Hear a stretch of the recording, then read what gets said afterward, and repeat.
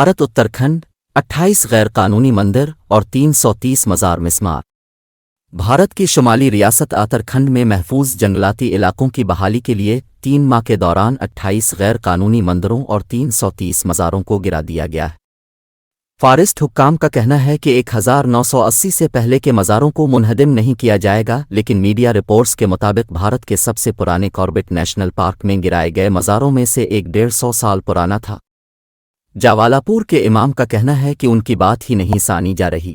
گرائے گئے مزاروں میں سے ایک چندن والے بابا کا مزار 300 سے 400 سال پرانا تھا۔